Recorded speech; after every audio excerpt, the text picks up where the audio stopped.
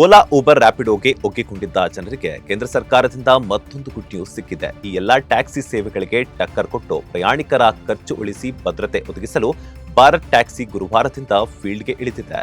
ವಿಶ್ವದ ಮೊದಲ ಸಹಕಾರಿ ಟ್ಯಾಕ್ಸಿ ಸೇವೆಯಾದ ಭಾರತ್ ಟ್ಯಾಕ್ಸಿ 8 ಸಹಕಾರಿ ಸಂಸ್ಥೆಗಳ ಸಹಕಾರದೊಂದಿಗೆ ಲಾಂಚ್ ಆಗಿದೆ.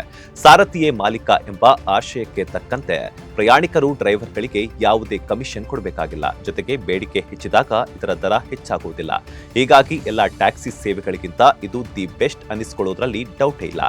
ಈಗಾಗಲೇ 3 ಲಕ್ಷ ಚಾಲಕರು ಈ ಕೆಲಸಕ್ಕೆ ಸೇರ್ಕೊಂಡಿದ್ದಾರೆ. ಜೊತೆಗೆ 1 ಲಕ್ಷ ಜನ ನೋಂದಾಯಿಸಿಕೊಂಡಿದ್ದು 10,000ಕ್ಕೂ ಹೆಚ್ಚು ಮಂದಿ ಪ್ರಯಾಣ ಮಾಡಿದ್ದಾರೆ.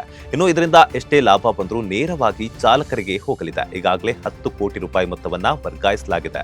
ಅಷ್ಟೇ ಅಲ್ಲದೆ ಅವರಿಗೆ ಆರೋಗ್ಯ, ಅಪಘಾತ ವಿಮೆ, ನಿವೃತ್ತಿ ಉಳಿತಾಯದಂತಹ ವ್ಯವಸ್ಥೆಗಳು ಸಿಗಲಿವೆ. ವಿಶೇಷ ಅಂದ್ರೆ ಮಹಿಳೆಯರ ಸಬಲೀಕರಣಕ್ಕೆ ಒತ್ತು ನೀಡುವ ಸಲುವಾಗಿ ಬೈಕ್ ದೀದಿ ಎಂಬ ಯೋಜನೆ ಜಾರಿಗೆ ತರಲಾಗಿದ್ದು 150 ಮಹಿಳಾ ಚಾಲಕಿಯರು ಸೇರಿಕೊಳ್ಳಲಾಗಿದೆ. ಕೇಂದ್ರ ಗೃಹ ಸಚಿವ ಅಮಿತ್ ಶಾ ಭಾರತ್ ಟ್ಯಾಕ್ಸಿಗೆ ಚಾಲನೆ ನೀಡಿದ್ದಾರೆ.